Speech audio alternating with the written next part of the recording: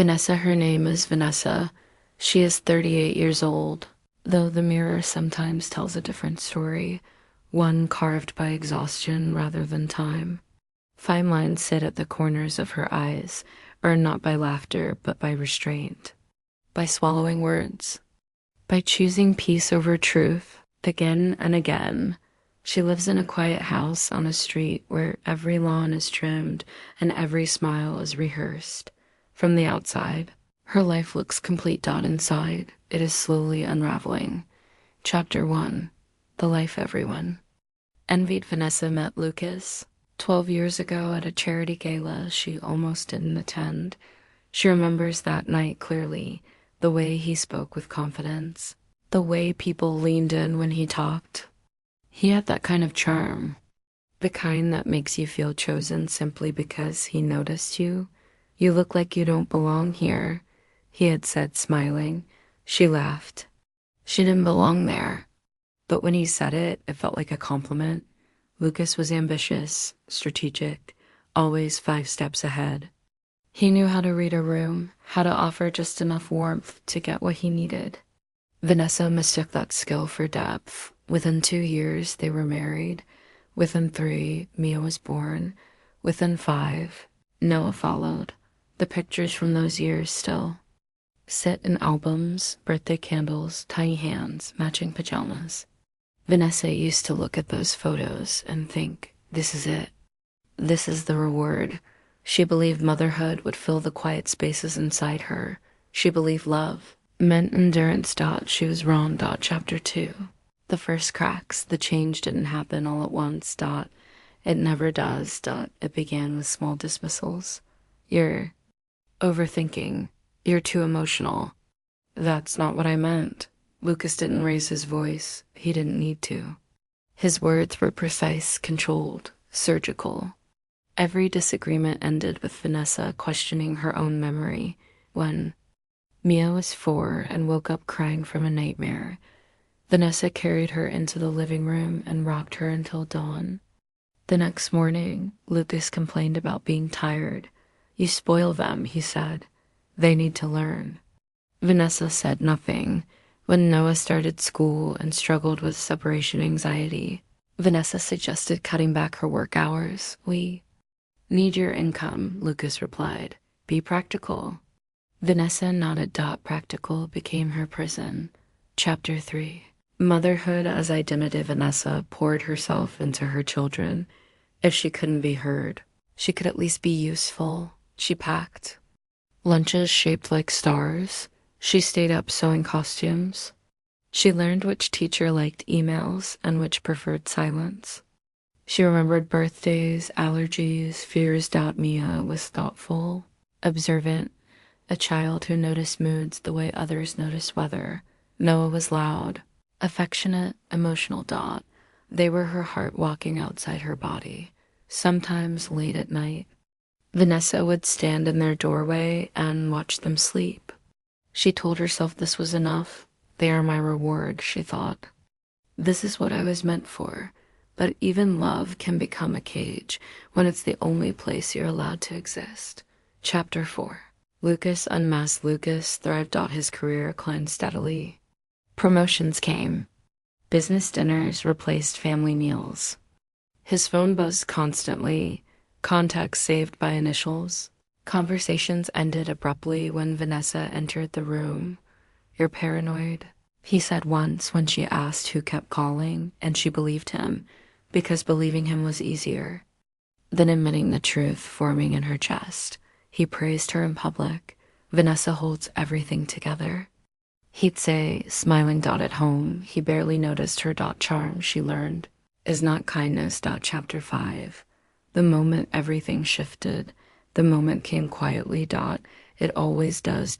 Mia was 9. Noah was 6. Vanessa had forgotten to sign a permission slip. It was the first time she'd ever forgotten anything for them. The school called. Lucas was furious. You had one job, he said. Something snapped. Not loudly, not dramatically. Just enough. That night, Vanessa sat at the kitchen table long after everyone slept. The house hummed around her. The refrigerator clicked on and off like a heartbeat. She realized she couldn't remember the last time someone asked how she was and waited for the answer. She wasn't tired. She was disappearing. Chapter 6. The question she was afraid to ask, who am I without them? The thought terrified her. She had built her entire existence around being needed. Around being chosen last dot, she started journaling in secret. Small notebooks hidden behind winter coats dot. She wrote things she'd never said out loud. I feel invisible. I miss myself. I don't know if I'm loved or tolerated. Writing felt like betrayal at first dot, then it felt like oxygen dot. Chapter 7. The red flags, she ignored the signs, were always there dot. Lucas only showed warmth when it benefited him. Affection came with conditions. Apologies were rare and strategic. When Vanessa mentioned feeling lonely, he laughed. You have everything.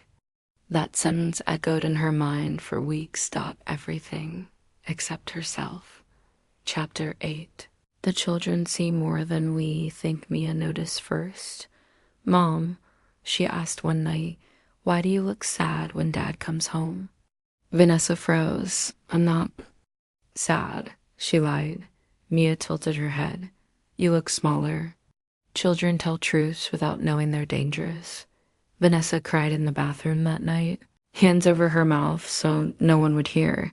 She wondered what lesson she was teaching her daughter.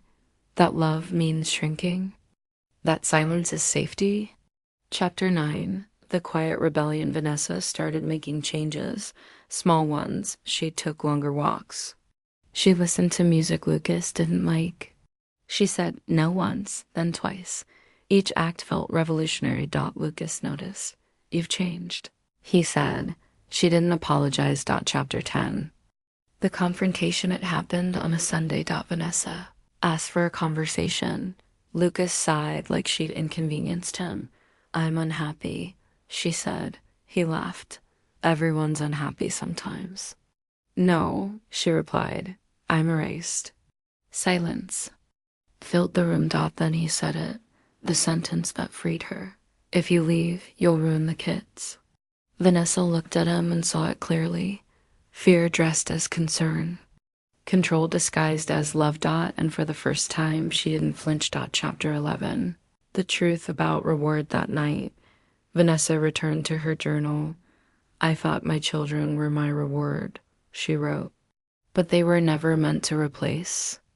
Love should add, not erase. Chapter 12. The choice leaving wasn't dramatic. It was slow, legal, painful. There were nights she doubted herself.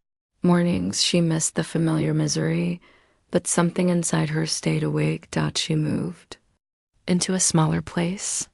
The walls were bare. The silence was honest. Chapter 13. Motherhood. Reclaimed. Vanessa didn't lose her children. She found herself alongside them. She laughed louder. She cried openly. She modeled truth instead of endurance. Mia became braver. Noah became gentler.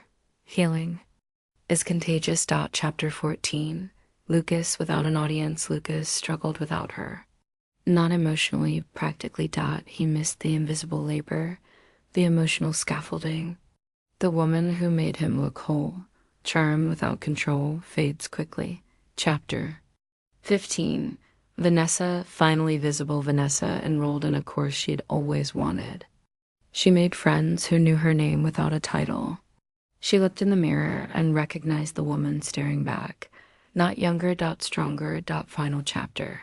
The truth she would tell you. If Vanessa could speak to the woman she used to be, she would say, this love should not cost you yourself.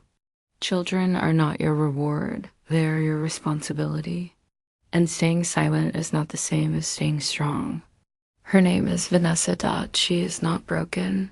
She is becoming, and this time, she chooses herself.